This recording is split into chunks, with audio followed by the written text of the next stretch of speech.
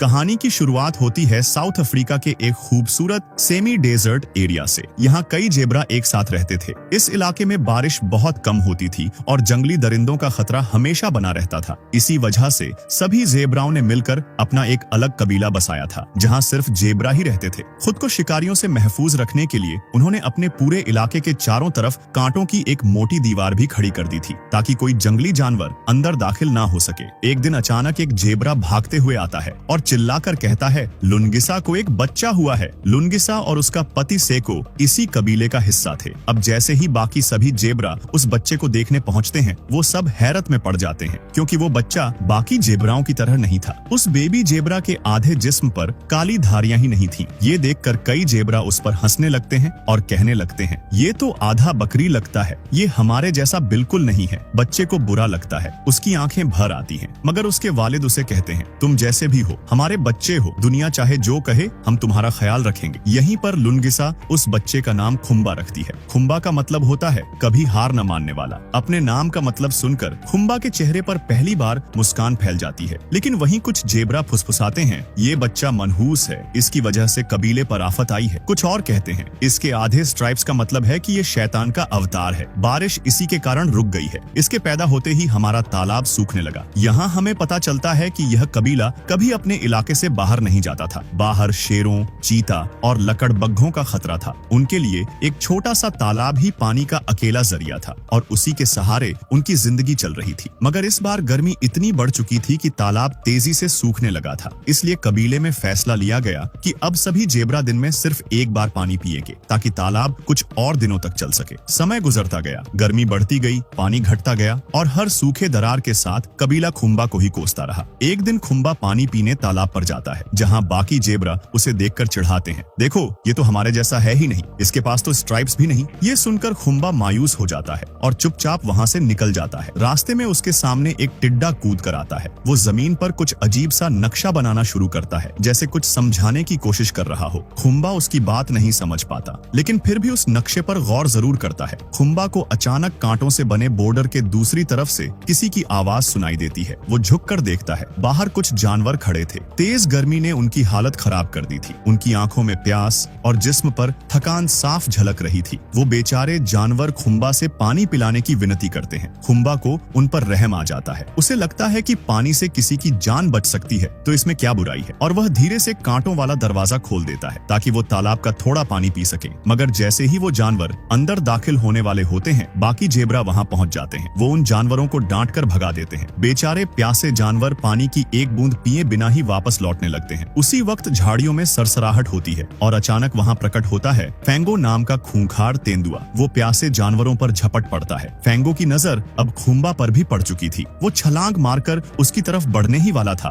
कि तभी खुम्बा के वालिद तेजी से दरवाजा बंद कर देते हैं। फेंगो की टक्कर कांटों से होती है और वह गुर्राता हुआ पीछे हट जाता है। इसके बाद पूरा कबीला खुम्बा पर टूट पड़ता है। उन्हें लगता है कि आज उसी की वजह से फेंगो अंदर आने वाला था और सबकी जान खतरे में पड़ सकती थी। खुम्बा चुपचाप गम में डूब जाता है। उसे अपनी जगह खुद ही गिल्टी महसूस होने लगती है। वो कबीले से दूर जाकर अकेले बैठ जाता है, खुद से नाराज। उसी दौरान उसकी माँ उसके पास आती है। बेटे के चेहरे पर उदासी देखकर वो उसे एक पुरानी दास्तान सुनाने लगती है। वो कहती है, हजारों साल पहले यहाँ सिर्फ जेब्रा रहते थे। उनके जिस्म पर कोई काली धारियां नहीं थी, लेकिन एक दिन एक जेब्रा को खेलते खेलते एक जादुई तालाब मिला। उस तालाब में नहाते ही उसके जिस्म पर काली स्ट्राइप्स उभर आईं। फिर धीरे धीरे बाकी जेब्रा भी उसी तालाब में उतर गए और सबके जिस्म पर वही धारियां बन गईं। कहानी सुनते सुनते खुम्बा की आंखें चौड़ी हो जाती हैं। उसे कुछ याद आता है। वो फौरन वहां से उठकर उसी नक्शे की तरफ भागता है जिसे वो टिड्डा पहले जमीन पर बनाकर गया था। खुम्बा को यकीन होने लगता है कि वो नक्शा दरअसल उसी जादुई तालाब का रास्ता दिखा रहा है। नक्शा देखकर खुम्बा के दिल में पहली बार उम्मीद जगती है। शायद वो भी बाकी जेब्रा की तरह बन सकता है। शायद उसके जिस्म पर भी पूरी काली स्ट्राइप्स उभर आए। शायद उसे भी कबीले में कबूल किया जाए। वो अपने सफर का इरादा करता है, लेकिन उससे पहले आखिरी बार माँ को देखने जाता है। मगर वहाँ पहुँचते ही खबर मिलती है, उसकी माँ अब इस दुनिया में नहीं रही। खुम्बा की दुनिया एकदम उजड़ जाती है। माँ के जाते ही उसका दिल भर भरा कर टूट जाता है, लेकिन उसका कबीला बेदर्द था। वो इस मौत का इल्जाम भी खुम्बा पर डाल देता है। मनहूस, तेरी वजह से तेरी माँ भी चली गई। इतना दर्द, इतनी तौहीन और इतने इल्जाम। खुम्बा आखिरकार अपने कबीले को छोड़ देता है, दिल में माँ का गम और दिमाग में वही मैप लिए। वो उस जादुई तालाब की तलाश तलाश में निकल पड़ता है। सफर शुरू होता है। रास्ते में उसे एक लोमड़ी मिलती है, चालाक, शब्दों का जादूगर। उसका नाम स्काल्क था। स्काल्क उससे कहता है कि वह उस जादुई तालाब का रास्ता जानता है। भोला खुम्बा उसकी बातों में आ जाता है और उसके साथ चल पड़ता है। कुछ दूर चलने पर उन्हें दो और जंगली जानवर मिलते हैं। एक का नाम था मामावी, तगड़ा, ताकतवर और बहादुर, और दूसरा था एक शुतुरमुर्ग, तेजी से भागने वाला मगर दिल का नरम। स्काल्क इन्हें देखकर डर जाता है। उसे लगता है कि इनके रहते वो खुम्बा का शिकार नहीं कर पाएगा, इसीलिए वो फौरन अपनी टोली को बुलाता है ताकि सब मिलकर इस तिकड़ी का शिकार कर सके।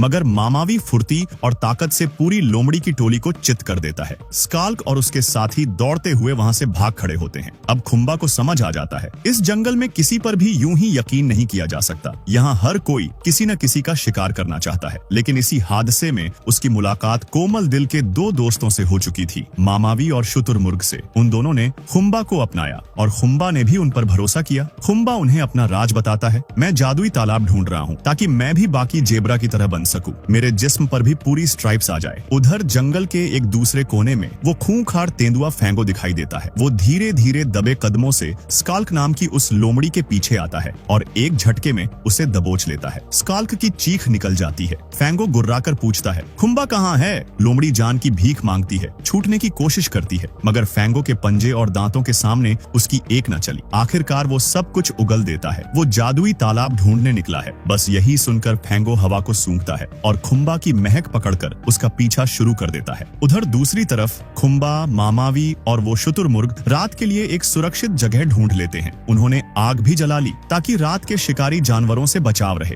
और डर की इस लंबी रात में थोड़ा सुकून मिल सके। सुबह होते ही खुम्बा नक्शा बताता है। 3 ऊंची पहाड़ियों के पार उस जादुई तालाब को ढूंढने का पहला संकेत है। मामावी और शुतुरमुर्ग उसके साथ सफर पर निकल पड़ते हैं। इधर कबीले में हलचल मची थी। खुम्बा के वालिद उसके गायब होने से बेचैन थे। जब वो तलाश में निकले तो उन्हें 2 सेट पैरों के निशान नजर आए, एक खुम्बा का और दूसरा फैंगो का। ये देखकर उनका दिल बैठ गया। उन्हें लगा फैंगो ने खुम्बा को मार डाला है। कबीले में लौटकर उन्होंने जब ये बात बताई तो वहाँ कुछ जेब्रा खुशी मनाने लगे। अच्छा हुआ वो मनहूस मर गया, अब शायद बारिश हो जाए। ये सुनकर एक छोटी जेब्रा टोम्बी तपाक से बोल उठी, ये कैसी बात कर रहे हो डैड? वो मेरा दोस्त था। उसकी आंखों में इल्जाम नहीं बल्कि एक दोस्त के लिए सच्चा दुख था। दूसरी तरफ लंबा सफर तय करने के बाद खुम्बा और उसके दोस्त आखिरकार उस तालाब तक पहुंच जाते हैं। खुम्बा के चेहरे पर पहली बार उम्मीद की चमक दिखती है। सबसे पहले शुतुरमुर्ग तालाब में कूदता है। वो बाहर आता है मगर उसके जिस्म पर कोई स्ट्राइप्स नहीं बनती। खुम्बा के दिल में एक ख्याल आता है, शायद ये जादू सिर्फ जेब्रा पर काम करता हो। वो भी पानी में उतरता है, लेकिन पानी से बाहर आते ही उसका चेहरा गिर जाता है। जैसा उसने सोचा था वैसा कुछ नहीं हुआ। उसके जिस्म पर एक भी नई स्ट्राइप नहीं बनी। पास खड़े कुछ जानवर जोर से हंसते हैं। अरे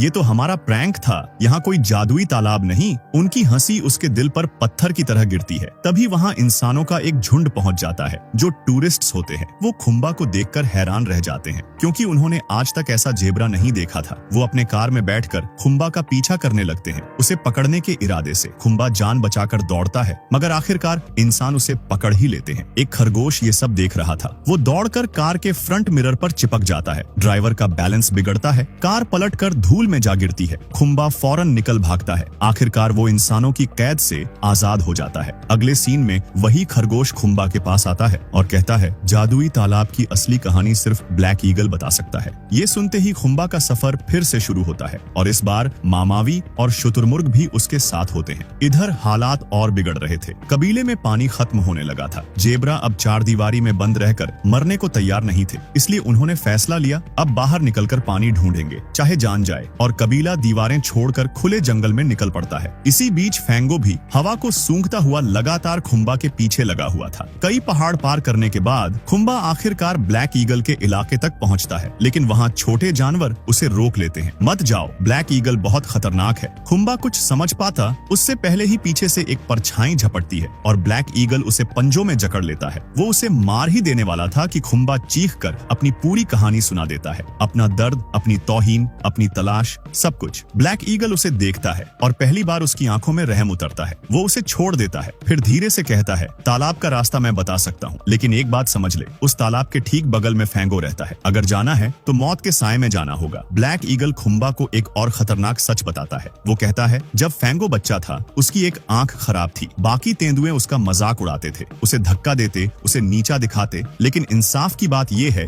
कि उसकी एक कमजोरी ने ही उसकी सबसे बड़ी खूबी को जन्म दिया। उसकी सूंघने की कुवत कई गुना तेज हो गई। आज वो दूर बैठे ही अपनी शिकार की महक पहचान लेता है। इसी वजह से वो अब जंगल के सबसे माहिर शिकारियों में से एक है। खुम्बा ये सब सुनकर सहम जाता है, लेकिन उसके सामने और कोई रास्ता नहीं था। अगर उसे अपनी पहचान और अपनी किस्मत बदलनी थी तो उसे उसी तालाब तक पहुंचना ही था। उधर वो छोटी गिलहरी, जिसने पहले इंसानों से खुम्बा को बचाया था, अब अपने साथियों के साथ मिलकर फैसला करती है कि वो भी खुम्बा के मिशन में उसका साथ देंगे। और इस तरह जंगल की कई छोटी बड़ी जानवर उसकी मदद करने निकल पड़ते हैं। इसी दौरान मामावी और शुतुरमुर्ग को पता चलता है कि खुम्बा उसी जगह जा रहा है जहाँ फैंगो का अड्डा है। वो दोनों उसे रोकते हैं। खुम्बा, ये खुदकुशी है। मगर खुम्बा उनकी एक नहीं सुनता। दिल में डर था, लेकिन इरादा उससे बड़ा था। वो दोनों को वहीं छोड़कर अकेला आगे बढ़ जाता है। कुछ ही देर बाद फैंगो वहाँ पहुँच जाता है। वो मामावी और शुतुरमुर्ग को दबोच लेता है। डर और खौफ के आगे वो दोनों खुम्बा का ठिकाना बता देते हैं। फैंगो बिना वक्त गंवाए खुम्बा की तलाश में निकल पड़ता है। उसके जाते ही मामावी की आंखों में शर्म उतर आती है। वो कहता है, हमने अपने दोस्त को अकेला छोड़ दिया, ये सही नहीं था। और दोनों फिर से खुम्बा की मदद के लिए निकल पड़ते हैं। दूसरी तरफ खुम्बा अकेला सफर तय कर रहा था। तेज धूप, सूखी जमीन और प्यास ने उसका शरीर तोड़ दिया था। थककर वो एक बंजर जमीन पर गिर पड़ता है। आंखें बंद होने लगती हैं और ठीक उसी वक्त उसे एक साया दिखता है। वो थी एक बकरी, वही बकरी जिसे कभी खुम्बा ने पानी पिलाया था। बकरी उसके पास आती है, उसके मुंह में फल डालती है। खुम्बा को थोड़ा होश आता है। बकरी धीरे धीरे उसे आगे ले जाती है और उसे उस जादुई तालाब के रास्ते तक छोड़ देती है। इधर जंगल की अलग अलग दिशाओं से जानवर खुम्बा की मदद के लिए जमा हो चुके थे और अब वो सब भी उसी तालाब की ओर बढ़ रहे थे। खुम्बा को तालाब तक पहुंचने से पहले एक गुफा से गुजरना पड़ता है। वो हिम्मत करके अंदर चला जाता है। बाकी जानवर भी कुछ देर बाद उस गुफा तक पहुंच जाते हैं, लेकिन तभी बाहर आग लग जाती है। आग की लपटें रास्ता बंद कर देती हैं और वो सब अंदर नहीं जा पाते। मामावी फैसला करता है, मैं पीछे से गुफा तोड़ता हूँ, तुम सब तैयार रहो। वो पूरी ताकत से गुफा को तोड़ने की कोशिश करता है, मगर नाकाम रहता है। उधर गुफा के अंदर खुम्बा मुश्किलों से लड़ते हुए आखिरकार उस जादुई तालाब तक पहुंच जाता है। गुफा की दीवारों पर पुरानी पेंटिंग्स बनी थी, कई जेबराओं की, उनकी दास्तानों की।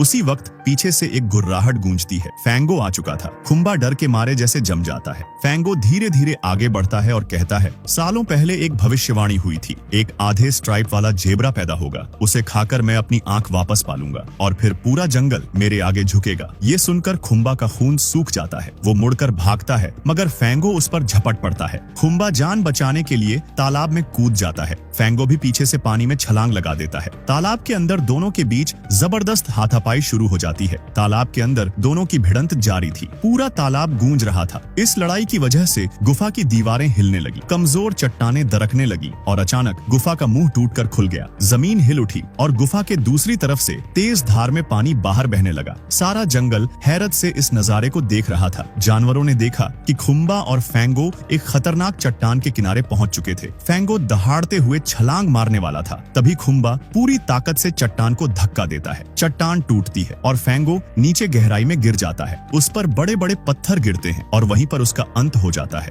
फैंगो के मरते ही गुफा पूरी तरह ढहने लगती है। टूटती चट्टानों की आवाज से पूरा इलाका कांप उठता है। उसी अफरा तफरी में खुम्बा भी चट्टान से नीचे गिर जाता है, पानी में डूबता है और उसके ऊपर भी पत्थर गिर पड़ते हैं। बाहर मौजूद सारे जानवर घबराकर उसकी मदद को दौड़ते हैं। वो मिलकर पत्थरों को हटाते हैं, उसे बाहर निकालते हैं, लेकिन खुम्बा हिल नहीं रहा था। एक पल को सबका दिल डूब गया। सबको लगा शायद खुम्बा अब नहीं रहा, लेकिन अचानक खुम्बा आंखें खोलकर उठ जाता है। सारे जानवर खुशी से झूम उठते हैं। हंसी, आंसू और राहत सब मिलकर एक ही जज्बे में बदल जाते हैं। लेकिन यहाँ एक सच सामने आता है। तालाब में गिरने के बाद भी खुम्बा के जिस्म पर कोई नई स्ट्राइप्स नहीं आई। वो बाकी जेबरा जैसा नहीं बना। यानी वो कहानी जिसे उसकी माँ ने सदियों पुराने जादुई तालाब की जुमलेबाजी के रूप में सुनाई थी, वो महज एक मिसाल थी, एक उम्मीद जो असल में कभी मौजूद नहीं थी। कोई जादुई तालाब नहीं था, कोई जादुई स्ट्राइप्स नहीं थे और असली जादू खुद उसके अंदर था। कुछ समय बाद हम देखते हैं कि जेबरा का पूरा कबीला भी खुम्बा की इज्जत करने लगा है। वो अब उसके आधे स्ट्राइप्स नहीं गिनते, बल्कि उसके हौसले, उसकी हिम्मत और उसकी नेकियों को देखते हैं। जंगल अब सुरक्षित था। फैंगो का खतरा हमेशा के लिए खत्म हो चुका था। तालाब से निकला पानी सारे जंगल में फैल गया और देखते ही देखते बारिश की बूंदें भी गिरने लगती हैं। जंगल जिंदा हो उठा और खुम्बा ने आखिरकार अपने दिल में ये बात लिख दी, बाकी जेबराओं जैसा होना जरूरी नहीं, यूनिक होना भी एक कुवत है और ये मेरी पहचान है। अगर आपको ये वीडियो पसंद आया हो तो इसे लाइक करें और अपने दोस्तों के साथ शेयर करें। Thanks for watching.